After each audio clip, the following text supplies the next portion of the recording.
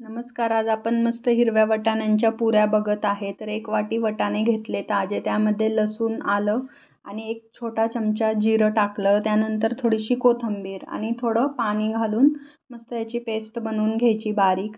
आता यामध्ये आपण टाकणार आहे रवा. थोडंसं भांड्याला पाणी टाकून मी विसळून घेतलं. 2 चमचे रवा टाकला. त्यानंतर 1 छोटा चमचा बेसन पीठ टाकायचं आणि 1 वाटी गव्हाचं पीठ टाकलेलं आहे. त्यानंतर टाकायचं मिक्स हर्ब्स.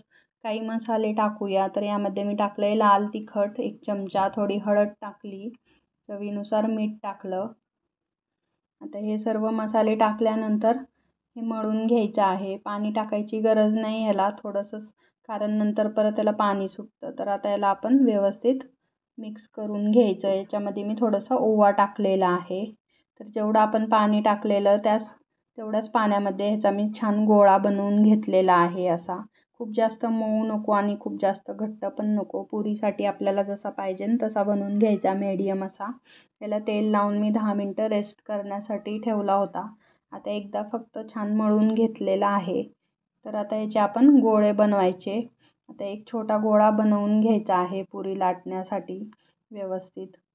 तर आता मी इथं सर्व काही असे गोळे पहिलं बनवून घेतले. त्यानंतर पोलपाटाला तेल लावायचं आहे. तेल लावून आपल्याला पुरी लाटायची आहे, म्हणजे पोलपाटाला चिकटणार नाही.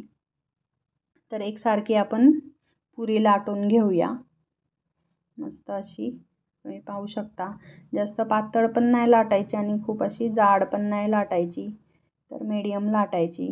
तर आपण जसं पुरी लाटतो तशी ती फुलते छान. तर ते लाटण्यावरच डिपेंड असतं की पुरी कशी फुलते. जर खूपच पातळ झाली तर मग तेलामध्ये पुरी छान फुलत नाही. तर मीडियम अशी थिक ठेवायची, पाहू शकता तुम्ही.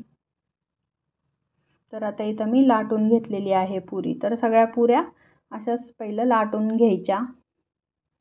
सगळ्या पुऱ्या लाटल्यानंतर मी कढईमध्ये तेल टाकलेलं आहे गरम होण्यासाठी. तर आता ते इथं छान गरम झालेलं आहे.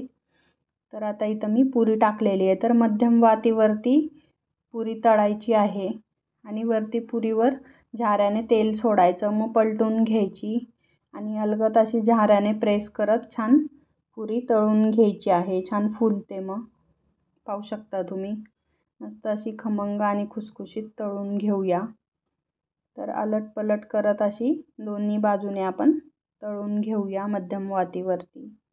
एक साईडने तळून झाली की मग दुसऱ्या बाजूने पण अशीच छान तळून घ्यायची.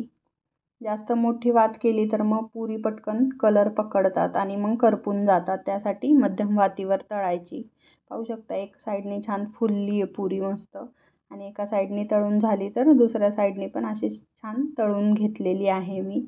मस्त असा कलर आलेला आहे पुरीला, पाहू शकता. आता तेल निथळून घेतलं पुरीचं की मग आपण ती काढून घेऊया प्लेटमध्ये. तर खायला पण या पुऱ्या खूप छान अशा टेस्टी लागतात. तर याच पद्धतीने सर्व काही पुऱ्या तळून घेऊया.